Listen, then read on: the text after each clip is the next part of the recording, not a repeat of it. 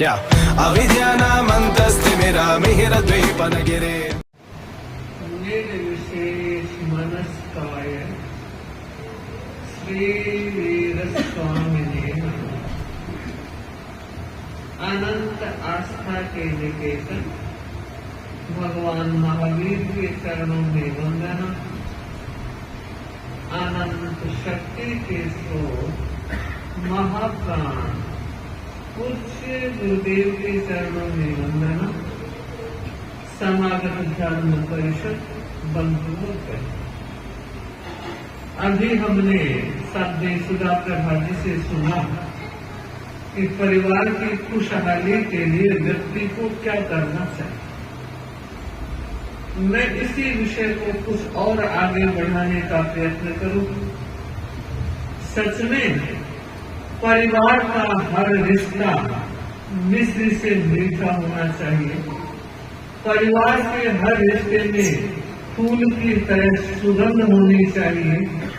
परिवार के हर रिश्ते में सर्दी में जैसे धूप अच्छी लगती है, वैसे ही परिवार का हर सदस्य एक दूसरे के मन को अच्छा लगना चाहिए।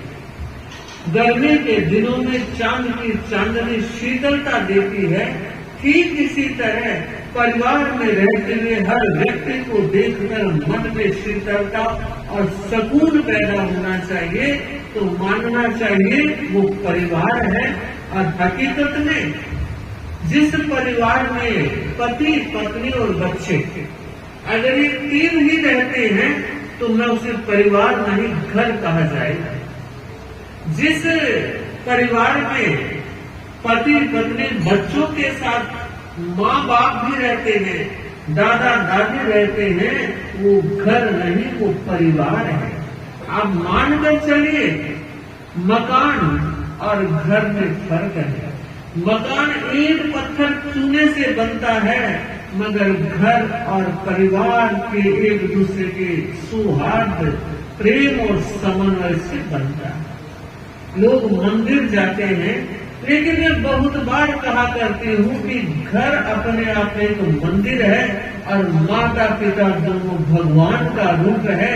अगर माँ बाप की आपने सेवा कर ली तो मुझे लगता है इससे बड़ी और मंदिर की पूजा क्या हो सकती है। घर के माँ बाप तो आंसू बहाते रहते हैं। वक्त था जब माँ कह रही है कि महाराज एक ऐसा टाइम था मैं प्लेट लिए भूखती थी, छोरा भोजन कर ले वो खाता नहीं था, मैं रोती थी। वो वक्त भी था मैं प्लेट लिए फिरती थी बेटे के पीछे पीछे, वो खाता नहीं था तो मैं रोती थी। और महाराज आज वो स्थिति है वो खिलाता नहीं इसलिए मैं रोती। सोचें, विचार करें और चिंतन करें हम किस दिशा में प्रस्थान कर रहे हैं। घर में माँ बाप बहुत बड़ा आशीर्वाद होते हैं।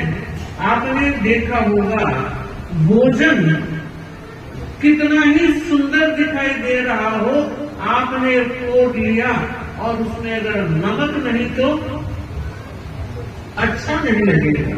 मुझे लगता है माता पिता और बुजुर्ग परिवार में नमक की तरह है।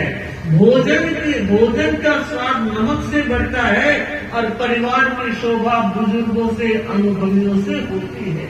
तो मैं पहली बात आप सबसे ये कहना चाहूंगी कि आपके घर में अगर माता पिता है, अगर दादा दादी है, तो मुझे लगता है आप बड़े भाग्यशाली हैं।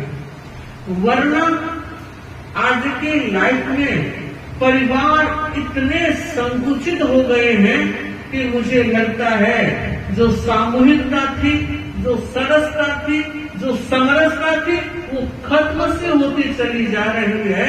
कई कारण होंगे, पर एक मुख्य कारण है व्यक्ति स्वार्थ केंद्रित हो गया है।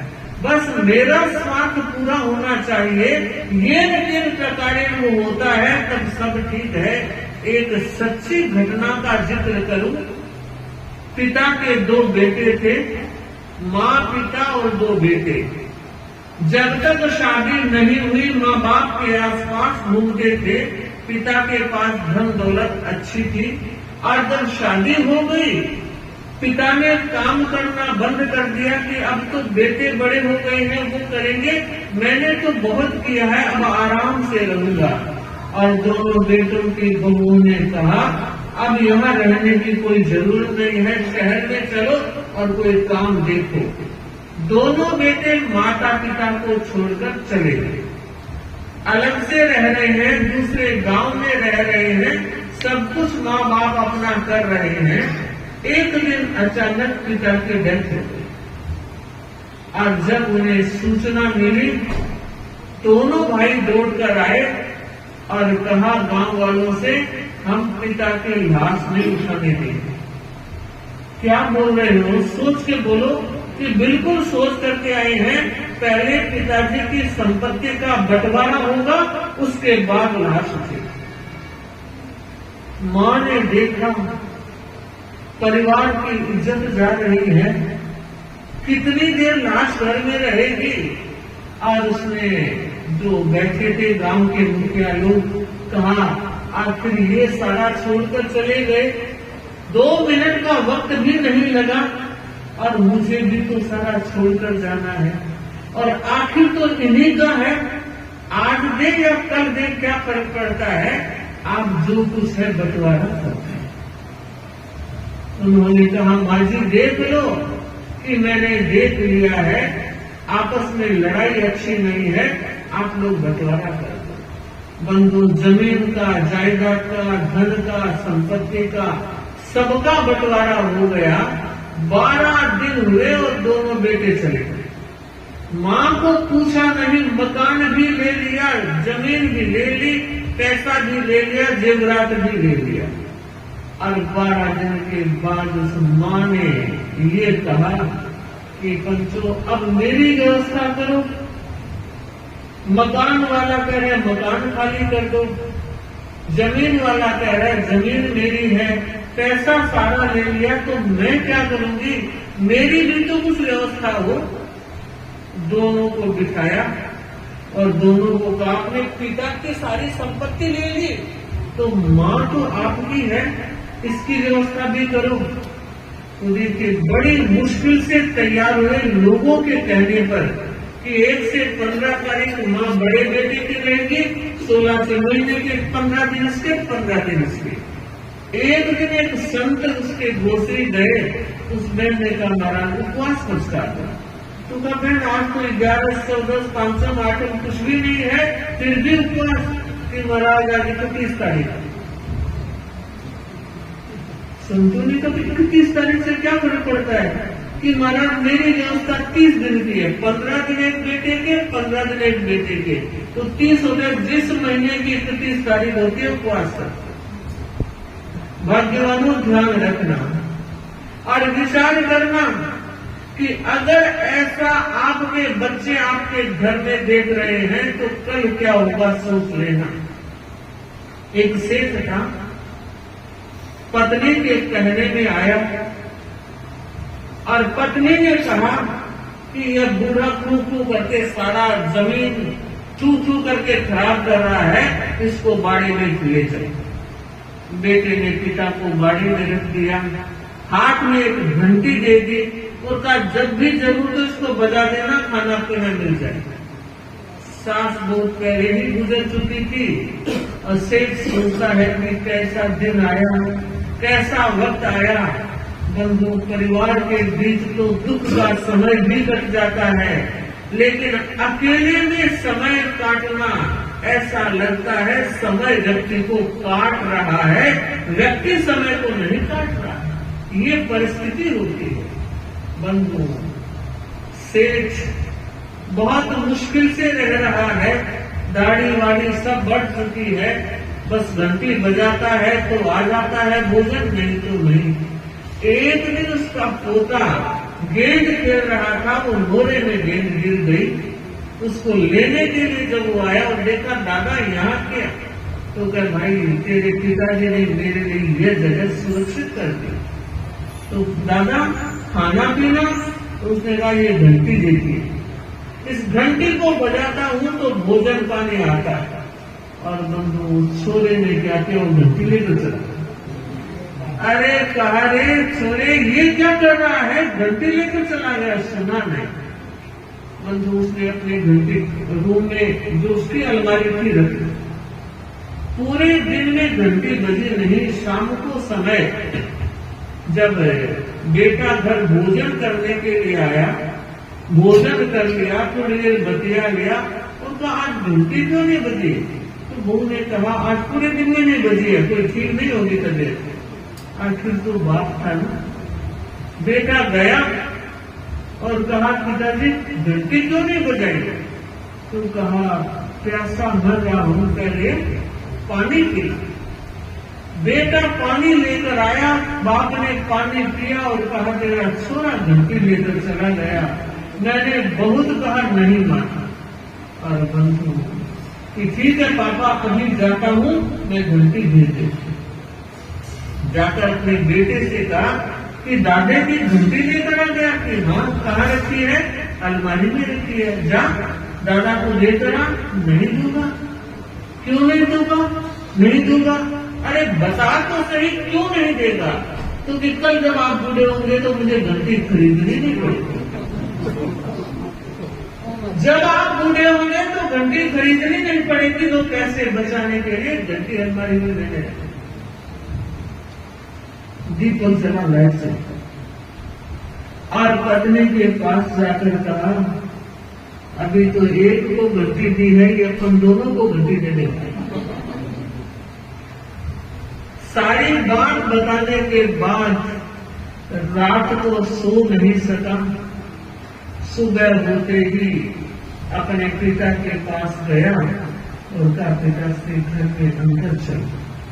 अच्छी व्यवस्था कर दी और दादे ने छोरे को गले लगा लिया। वाह रे वाह, न्याल कर। मैं ये बताना चाह रही हूं कि बच्चे जैसा देखेंगे वैसा करेंगे। कुछ बातें पढ़कर सिखाई जाती है, कुछ बातें बोलकर सिखाई जाती है, लेकिन कुछ ऐसी बातें और कुछ ऐसे संस्कार होते हैं जो जीकर दिए जाते हैं, जीकर सिखाए जाते हैं। तो मैं ये कहना चाहूंगी, घर परिवार में माता पिता का सम्मान रखने वाला व्यक्ति उनके आशीर्वाद से हमेशा फला फूला रहता है। अगर माता पिता को आप टाइम नहीं देते हो तो आज से याद रखना, दो बातें शुरू कर देंगे। जिस व्यक्ति का कहते हैं सूर्य ग्रह कमजोर हो उसे बाप की सेवा करनी चाहिए, और जिसका चंद्रमा कमजोर हो उसको माँ की सेवा करनी चाहिए। माँ की सेवा करने वाले का चंद्रमा बलवान बन जाएगा और पिता की सेवा करने वाले का सूर्य बलवान बन जाएगा। क्या सेवा करें, वो क्या चाहते हैं, आराम से बैठे हैं, कोई सेवा नहीं। पहली सेवा सुबह उठते ही उनको प्रणाम कीजिए। जब उन्हें प्रणाम किया जाता है तो वो हाथ जब सिर पे और पीठ पे जाता है, याद रखिए वो पूरा हाथ ही नहीं होता, वो एक ऊर्जा से भरा भंडार होता है जो आपके लिए रक्षा कवच का काम करता है। बहुओं से भी, पोते पोतियों से भी कहना चाहूंगी कि प्रणाम करना हमारी भारतीय संस्कृति रही है, इसलिए घर के बड़े बुजुर्गों को उठते ही प्रणाम करना चाहिए। आज तो न सोने का पता है और न ही उठने का पता है, लेकिन फिर भी उठते तो हो ना। जब भी उठते हो, दिनचर्या प्रारंभ करते हो, तो याद रखिए आज के बाद एक बात गांठ बांध लीजिए कि हमें अपने माता पिता को प्रणाम करना है। अपने घर में जो बड़े हैं उन सबको प्रणाम करना चाहिए। वो प्रणाम आप झुकते हैं, उनका आशीर्वाद मिलता है और जीवन में सरसता बढ़ती है, समरसता बढ़ती है। दूसरी बात मैं आप सबसे कहना चाहूंगी जो बिजी लाइफ जी रहे हो और कहते हो बस टाइम ही नहीं है, ऑफिस से आए हो, आते ही आजकल हो क्या रहा है, माता पिता तो इंतजार करते हैं कि बेटा आएगा, थोड़ी देर बैठेगा, गपशप करेगा, पूरे दिन की अपडेट देगा। बेटा आया, टीवी के सामने बैठा या मोबाइल खिलौना, आप सब जानते हैं। भोजन किया और सो गया ऑफिस। माँ सोच रही है आज छोरा थका हुआ है, सुबह आ जाएगा, सुबह आ जाएगा। बंधु सुबह तो हुई पर छोरा नहीं आया। फिर भी माँ बाप क्या सोचते हैं कि टागर को ऑफिस में काम ज्यादा होता है। ये माँ बाप ही होते हैं जो यूं सोचते हैं, कभी उनके दिल से बददुआ नहीं निकलती। वो हमेशा कहते हैं मेरे बच्चे खुश रहे। तो क्या बच्चों का भी तो कुछ फर्ज बनता होगा? फिर कहना चाहूंगी, आज घर परिवारों की ये तो मर्यादा लचली हो गई है, पतली हो गई है, दर्द गई है और कहीं कहीं कहूं टूट भी गई। कैसी मर्यादा? समय पर घर आने की मर्यादा। हर परिवार में कुछ अनुशासन, कुछ मर्यादाएं, कुछ व्यवस्थाएं होनी चाहिए। आज आपके बच्चे रात के 1 बजे 2 बजे बाहर से घर आते हैं और आप फटाफट दरवाजा खोल देते हो। ध्यान दीजिए, आपने ही पहले बच्चों को ठीक से संभाला नहीं, आज वो गले की फांस बन गए। एक भाई जिसने अपने बेटे को कहा, बेटे तू किसी भी दोस्त की बर्थडे की पार्टी में जाए तो मुझे पूछे बिना मत जा। ठीक है पापा, ठीक नहीं, याद रखना है मुझे पसंद नहीं, मुझे बिना पूछे गया। और बंधु उसने ये कहा किसी की भी पार्टी हो 10 बजे घर आ जाना। एक दिन ऐसा हुआ, उसे पार्टी में जाना था, पिताजी कहीं थे, दूर थे या मैसेज नहीं कर पाया और मम्मी से कहकर चला गया। और मम्मी ने कहा ठीक है मैं पापा को बोल दूंगी। पापा जब घर आया और उसने पूछा वैभव कहाँ है, उसने कहा वो बर्थडे पार्टी में गया। किसको पूछ कर गया? कि मुझे पूछ कर गया। उसी समय फोन कर रहा है और पत्नी कह रही है कि ऐसा मत करो यार, दोस्तों को अच्छा नहीं लगेगा। उसने कहा क्या बोलती हो? फोन किया और कहा वैभव घर आ जा। वो घर आ गया और उसके बाद उसे इतनी बड़ी सीख मिल गई कि दोबारा ऐसी गलती मैं नहीं करूंगा। आप पहले दिन रोकोगे नहीं, पहले दिन टोकोगे नहीं, तो दूसरे दिन टोकने की आपकी हिम्मत भी खत्म हो जाएगी और सामने वाला मानेगा भी नहीं।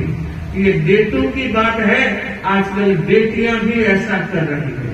वो भी नाइट क्लबों में बहुत देर से आती है और यह अच्छी बात नहीं है। पैर भटक रहे हैं, संभालना बहुत जरूरी है। पहली बार आपने संभाल लिया, समझ जाएंगे। आज के जमाने में परिवारों के संस्कारों की चरमराहट सुनाई दे रही है। खान पान और रहन सहन ये हमारी संस्कृति और हमारे संस्कार बदल रहे हैं। पीने की संस्कृति समझ रहे हो, बढ़ रही है और हमारे जैन और तेरापंथी परिवारों में भी हवा लग रही है। मैं फिर कहना चाहूंगी कि परिवार खुशहाल तब रहेगा जब हमारे संस्कार अच्छे रहेंगे, हमारी संस्कृति के हम पहरेदार रहेंगे। तो मैं सबसे कहना चाहूंगी आप अब छोटे नहीं हो, समझदार हो गए हो और उस समझदारी का फायदा यही उठाना है कि हमारे कदम इधर से उधर न हो जाए। मैं फिर कहना चाहूंगी बेटे और बेटियां, बहुएं भी ध्यान दे, खाने पीने में अपने जो संस्कार हैं उनको जिंदा रखने का प्रयत्न करें। आजकल हमारे परिवारों में ऐसा प्रचलन बढ़ गया है क्योंकि बहुत सी बहनें आती है, लड़कियां आती है कि महाराज आजकल तो लड़के बहुत पीने लगे हैं और लड़के कहते महाराज लड़कियां भी पीती। तो कठिनाई हो रही है। अगर रोकथाम नहीं की तो कल क्या होगा? हमें कल को देखना है, उस बाल पीढ़ी को बचाना है। अगर बाल पीढ़ी को बचाना है तो पहले युवा पीढ़ी को बचाइए और युवा पीढ़ी को बचाना है तो बुजुर्ग पीढ़ी जागरूक बने। अगर जागरूकता नहीं होगी और अगर आपके जीवन में अनुशासन और मर्यादा नहीं होगी तो आप दूसरों पर भी अनुशासन नहीं कर पाएंगे। तो मैं कहना चाहूंगी कि हमें हमारे परिवारों की खुशी में ये छोटे छोटे कानून, कायदे, नियम, मर्यादा, अनुशासन एक बहुत बड़ा होल्ड रखने वाले हैं। इसलिए हम चाहेंगे घर परिवार में बच्चों और बुजुर्गों का एक पारस्परिक संबंध भी रहना चाहिए।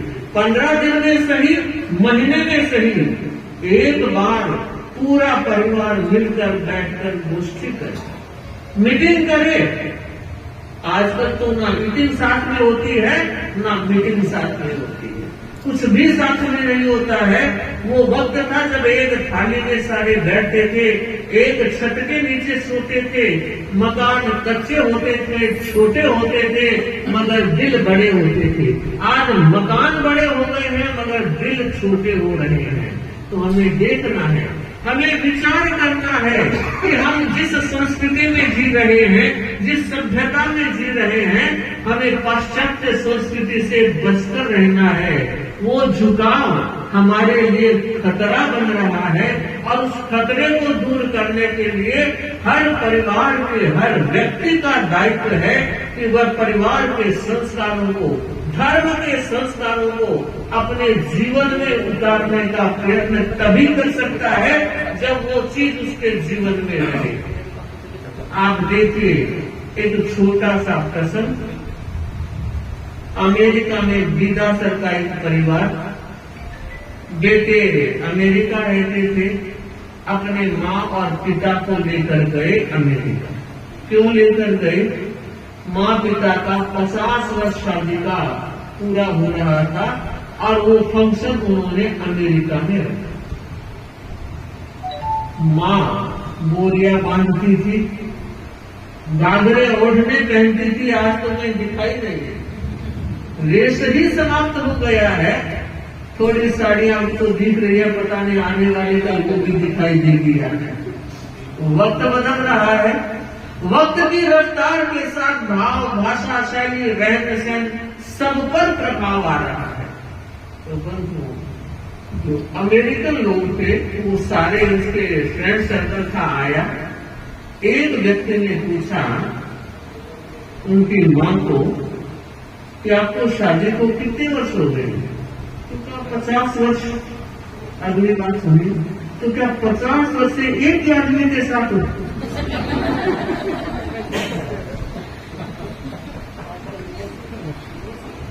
सोचें और विचार करें, ये हमारी संस्कृति थी। पर आज संस्कृति पर छेद हो रहे हैं। आज शादी के बाद न माँ बाप निश्चिंत है, न सास ससुर निश्चिंत है। साल, 2 साल, 5 साल, 10 साल, 15 साल शादी को हो गए, 20 साल शादी को हो गए, तलाक हो रहा है। क्या हो रहा है? मजाक बना रहे हो जिंदगी के रिश्तों को। एक रिश्तों की पूरी पुस्तक होती है, माना कहीं न कहीं किसी रिश्ते में कभी कोई बात ऊंची नीची हो सकती है, पर ये क्या कर रहे हो? एक छोटी सी गलती में एक पृष्ठ को निकाल देना चाहिए, आप पूरी किताब ही फाड़ रहे हो। सोचो, विचार करो, ऐसा क्यों हो रहा है? क्या इसलिए हो रहा है कि आप बेटियों को बहुत पढ़ा रहे हो और ईगो प्रॉब्लम बढ़ रही है? हाँ, हम भी पढ़े लिखे हैं, हम भी क्या कम है? अरे सोचो, क्या ऐसे जिंदगी चलेगी? आपको पढ़ाया जा रहा है इसलिए कि कल कोई भी समय हो तो आप खड़े रह सको, स्टैंड रह सको, लेकिन इसलिए नहीं पढ़ाया जा रहा कि आप टकराहट करोगे और बराबरी करोगे। किस चीज की बराबरी? रिश्तों में बराबरी नहीं चला करती है, वह प्यार, प्रेम, स्नेह और विश्वास चला करता है। तो मैं फिर कहना चाहूंगी, जो बेटियां भी आज बैठी है, बड़ा अच्छा विषय रहा परिवार प्रशिक्षण कार्यशाला, सबको संबोध देना है। और संबोध के बीच में फिर कहना चाहूंगी, परिवार के हर सदस्य को जागरूक रहने की जरूरत है। किसके प्रति? अपने दायित्व के प्रति, अपने कर्तव्य के प्रति। मेरा दायित्व क्या है, मेरा कर्तव्य क्या है?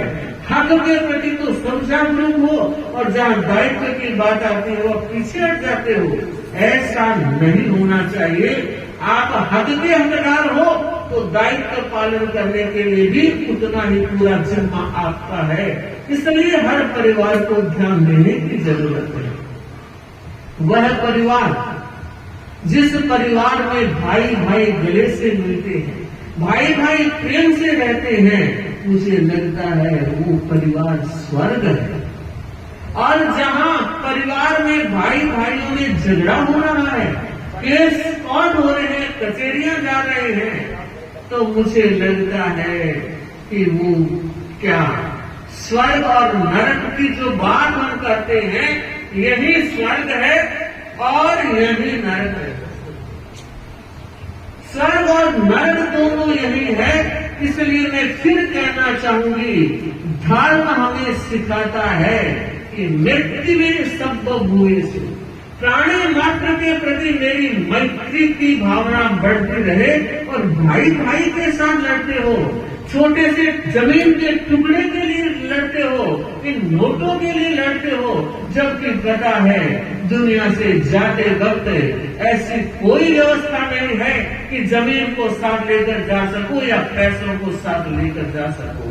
तो इकट्ठे कर कितने ही हीरे मोती, तो इकट्ठे कर कितने ही हीरे मोती, पर याद रखना कफन के जेब नहीं होती, पर याद रखना कफन के जेब नहीं होती। कुछ भी साथ लेकर नहीं जाओगे और खामखा लड़ाई झगड़ा करके न जाने कितने कर्मों का बंद कर रहे हो और कितनी जिंदगियों को रसहीन बना रहे हो।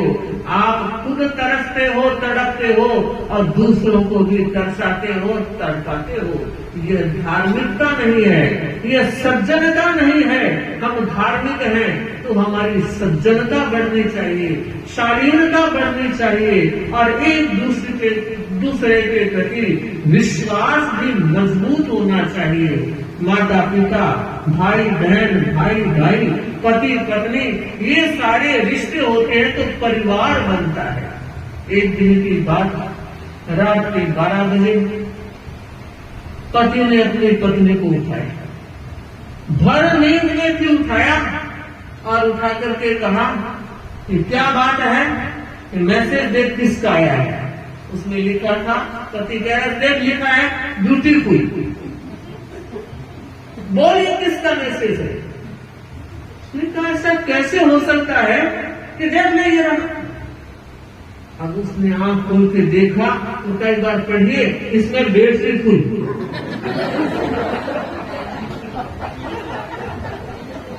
मैं ये बताना चाह रही हूं, पति को भी इतना विश्वास होना चाहिए कि कोई अगर कह दे कि तुम्हारी पत्नी उस व्यक्ति के पास खड़ी होकर बात कर रही थी और वो धड़ल्ले से गए, कोई बात नहीं, खास बात नहीं कर सकती। और पति भी अगर ऑफिस में जाता है और वहां तो सारा आपको सिस्टम है, अगर कोई बातचीत करता है तो आप लोगों से भी कहना तो शक्ति न बने, संदेह न बने। हर तरह से अपने आप को सुरक्षित रखने का एक ही उपाय है। अगर आपने संदेह कर लिया तो वो दीमक है, आपके रिश्ते को, उसकी जड़ को समाप्त कर देगी। इसलिए जरूरत है परिवार की ये सारी बातें अगर हमारे जीवन में उतरती है, परिवार के आंगन में उतरती है, तो मुझे लगता है फिर साधु संतों के आने का भी आनंद होगा, गुरु भगवंतों की सेवा का भी आनंद होगा और जीवन में आनंद का वर्षण होगा। एक बार फिर आप सभी के लिए मंगल कामना। हर परिवार में आनंद रहे, खुशहाली रहे और अध्यात्म का और धर्म का विकास होता रहे। मैं चाहूंगी आप सभी लोग इस बात का ध्यान रखें। साधु संतों की सेवा, साधु संतों के दर्शन भाग्य से मिलते हैं। मॉडल टाउन वासी सौभाग्यशाली है कि लंबे समय से शासक से साथी रवि प्रभाजी महाराज का सिंहारा यहाँ विराज रहा है। खूब सेवा का लाभ लें। उत्तरार्ध में भी आपको चातुर्मास मिला है, उसका भी लाभ लेना है। और सावन भाद्र में आपके जहाँ अनुकूलता हो, हम चोखला परसने आए हैं तो हम भी न्योता देकर जाते हैं। शास्त्री नगर भी चातुर्मास है, पर जहाँ भी हो आपको घर नहीं बैठना है। सावन भादवा घर में बैठने का नहीं होता है, इसलिए फिर ध्यान देना है। और हमने उपवास की बारी, पचरंगी आदि जो क्रम दिखाए हैं, वो सारे क्रम में अभी अच्छी उपस्थिति है।